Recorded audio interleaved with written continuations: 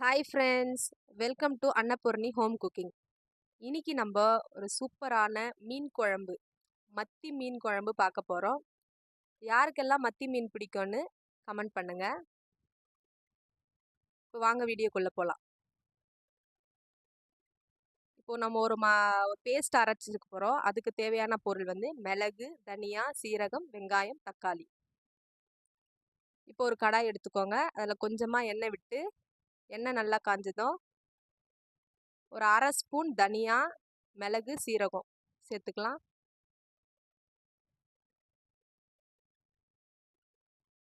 Low ஃப்ளேம்லேயே வச்சு வறுத்து எடுத்துக்கோங்க. இது ரெடி ஆயிடுச்சு. இது ஒரு பிளேட்டில் ட்ரான்ஸ்ஃபர் பண்ணிக்கலாம். இப்போ அதே கடாயில் ஒரு கைப்பிடி அளவு சின்ன வெங்காயம்,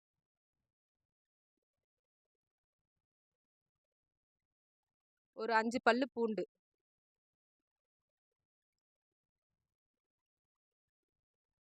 ஒரு கொத்து கருவேப்பிலை சேர்த்துக்கலாம். கருவேப்பிலை நிறையவே சேர்த்துக்கோங்க, நல்லாயிருக்கும். இது எல்லாத்தையும் சேர்த்து ஒரு முறை நல்லா கலந்து விட்டுக்கோங்க.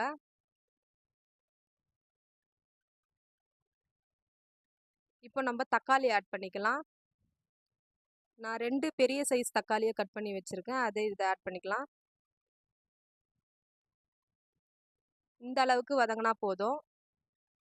இது ஒரு பிளேட்டில் எடுத்து வச்சு ஆற வச்சு ஒரு ஃபைன் பேஸ்ட்டாக அரைச்சி எடுத்துக்கலாம்.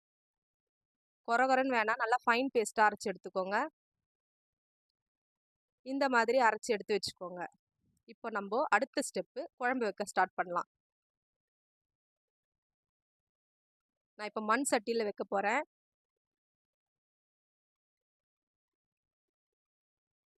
சட்டியில் கொஞ்சமாக மீன் குழம்புக்கு தேவையான எண்ணெய் விட்டுக்கோங்க. எண்ணெய் நல்லா சூடானதும் கடுகு, வெந்தயம் சேர்த்துக்கலாம். இதெல்லாம் பொரிஞ்சதும் கொஞ்சமாக கருவேப்பிலை, ஒரு 2 பச்சை மிளகாய் ஆட் பண்ணிக்கலாம்.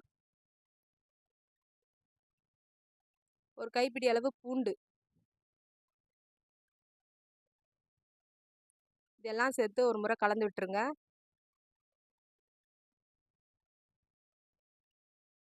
அப்புறம் சின்ன வெங்காயம் கட் பண்ணி வச்சுருக்கேன், அதையே இந்த ஸ்டேஜில் ஆட் பண்ணிக்கலாம்.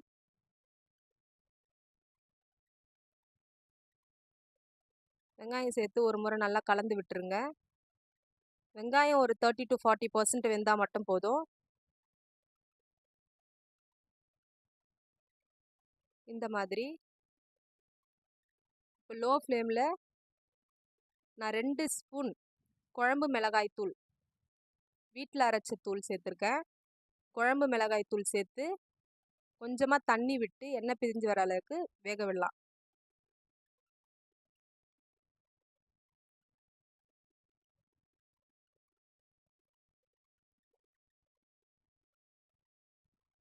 இப்போ இந்த குழம்புக்கு தேவையான அளவு உப்பு சேர்த்துக்கலாம்.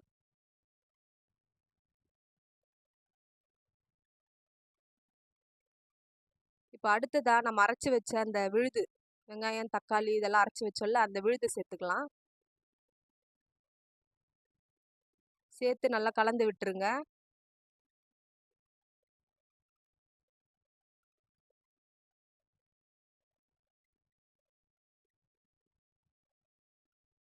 கொஞ்சமாக தண்ணி விட்டு ஒரு தடவை கலந்து விட்டுட்டு ஒரு மூடி போட்டு ஒரு 2 நிமிஷம் வேக விடலாம். எண்ணெய் பிரிஞ்சற அளவுக்கு வெயிட் பண்ணலாம்.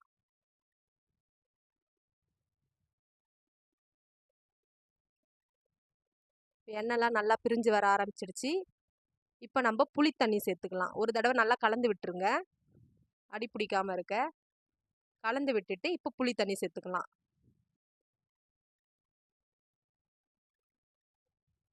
இந்த ஸ்டேஜ்லேயே உப்பு, காரம் எல்லாம் பார்த்துக்கோங்க. இப்போ ஒரு மூடி போட்டு வேக விடலாம்.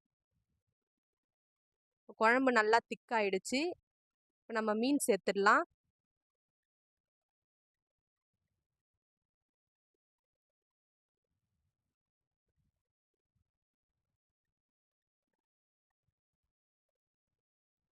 மீன் சேர்த்து ரொம்ப கலந்து விட்டுறாதீங்க, சும்மா லைட்டாக